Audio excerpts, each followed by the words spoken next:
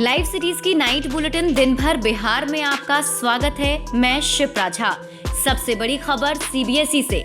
जनवरी फरवरी में CBSE board की परीक्षाएं नहीं होंगी। केंद्रीय मानव संसाधन मंत्री ने इसकी घोषणा की। इससे बिहार के बच्चों में भी खुशी की लहर।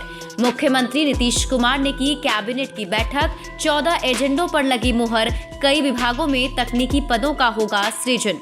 किसानों के समर्थन में सड़क पर उतरे जाप सुप्रीमो पप्पू यादव। बिहार में री इलेक्शन की भविष्यवाणी को लेकर तेजस्वी के सपोर्ट में आई कांग्रेस तो बीजेपी ने किया हमला। न्यूज बुलेटिन में आगे है क्राइम की खबरें। बेगूसराय में डबल मर्डर से मची सनसनी और सीपीएम विधायक डॉक्टर सत्येंद्र यादव को मिली जान से मारने की धमकी। अब खबरें विस्तार से।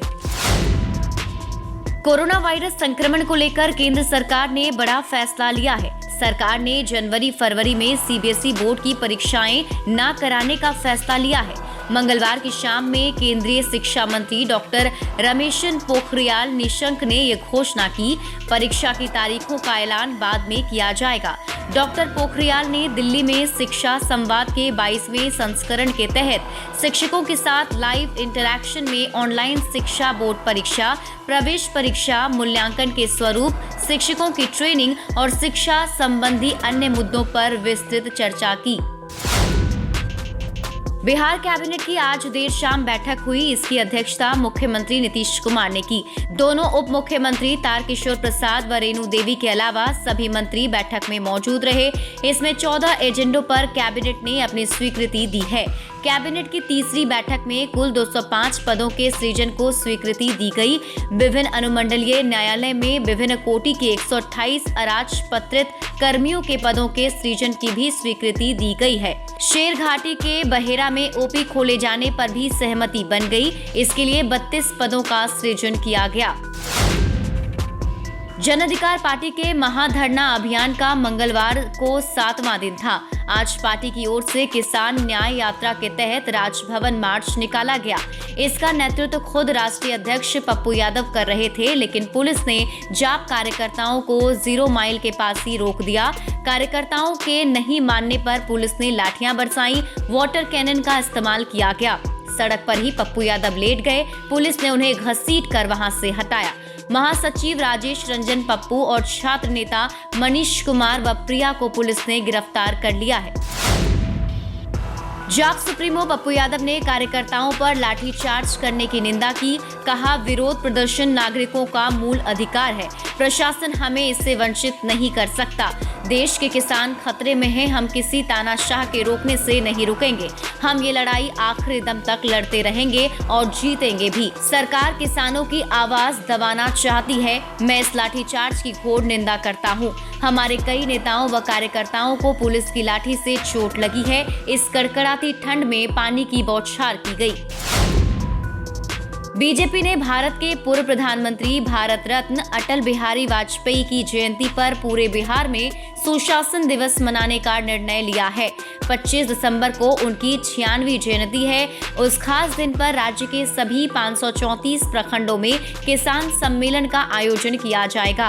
बीजेपी के प्रदेश अध्यक्ष संजय जायसवाल ने कहा, 25 दिसंबर को ही प्रधानमंत्री नरेंद्र मोदी का दोपहर 12 बजे संबोधन होगा, जिसे बिहार बीजेपी पूरे प्रदेश में लाइव दिखाएगी। राजधानी समेत तमाम जिलों में व्यापक तैयारी की गई है। इसे लेकर स्थानीय नेताओं को भी कई आवश्यक निर्देश दिए गए। आरजेडी विधायक के खिलाफ चुनाव आयोग जाएगी बीजेपी। नरकटिया के आरजेडी विधायक शमीम अहमद के खिलाफ शिकायत करेगी। बीजेपी प्रदेश अध्यक्ष संजय जायसवाल ने विधायक पर आपराधिक गतिविधियों को छिपाने का आरोप लगाया है। उन्होंने कहा कि आरजेडी विधायक शमीम अहमद ने चुनाव आयोग के निर्देशों का उल्लंघन किया है, आपराधिक मुकदमे की जानकारी छिपाई है। पार्टी ने इस मामले में सुप्रीम कोर्ट से संज्ञान लेने की अपील की। तंज कसते हुए संजय जायसवाल ने कहा कि आरजेडी का चाल चरित्र कभी नहीं छिप सकता, भले वो कितनी भी कोशिश कर ले।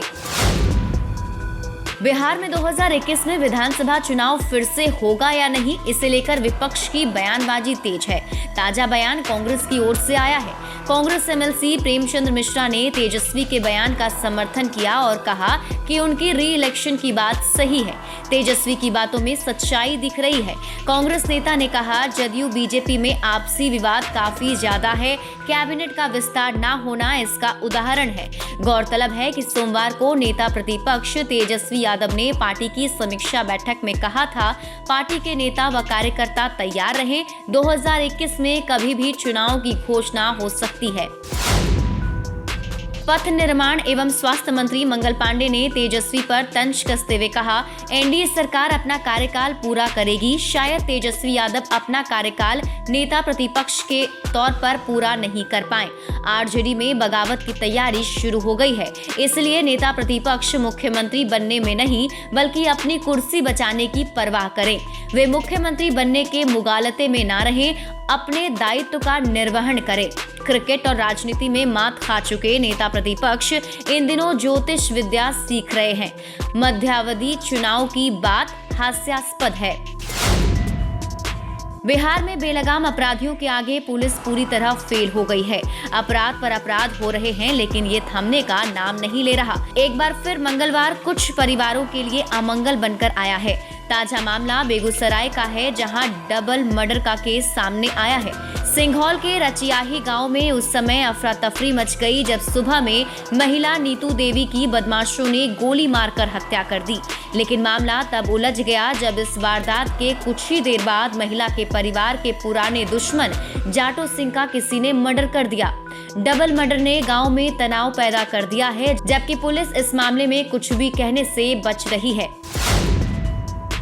सीपीएम विधायक को जान से मारने की धमकी मिली है। जलालपुर मांझी से जीते सीपीएम विधायक डॉक्टर सत्येंद्र यादव ने कोपा थाने में इसकी प्राथमिकी दर्ज कराई है। धमकी देने वाले रितेश कुमार सिंह को नामजद अभियुक्त बनाया गया है। प्राथमिकी में विधायक ने कहा, रितेश नामक व्यक्ति ने जान से मारने की धमकी दी तथा सामाजिक सद्भाव बिगाड़ने की चेतावनी दी है। आरोपी रितेश कुमार कोपा थाने के सादपुर गाँव का रहने वाला है। मुजफ्फरपुर पुलिस को एक बार फिर बड़ी कामयाबी मिली है। पुलिस ने हत्याकांड का खुलासा करते हुए 4 अपराधियों को गिरफ्तार किया है। दरअसल मीनापुर के पानापुर स्थित रघई घाट पुल के समीप बीते दिनों पूर्वी चंपारण से पटना लौट रहे ईंट कारोबारी योगेंद्र राय की हत्या हो गई थी। हत्या उनकी पत्नी और बच्चे के सामने कर दी गई थी। इसी मामले में पुलिस ने मंगलवार को खुलासा किया है। ईंट कारोबारी की हत्या उनके साढ़ू कृष्ण मुरारी ने ही कराई थी। एसपी ने बताया कि भूमि विवाद में सुपारी किलर ने घटना को अंजाम दिया। पुलिस ने शार्प शूटर समेत 4 अपराधियों को गिरफ्तार किया है। हथियार भी बरामद किए गए हैं। ज्यादा अपडेट के लिए आप जुड़े रहिए लाइव सिटीज के साथ। और अभी तक अगर आपने हमारा यूट्यूब चैनल सब्सक्राइब नहीं किया है तो सब्सक्राइब कर लीजिए। ये वीडियो अगर आप फेसबुक पेज पर देख रहे हैं तो पेज को लाइक कीजिए। साथ ही साथ आप हमें ट्विटर पर फॉलो करना मत भूलिएगा।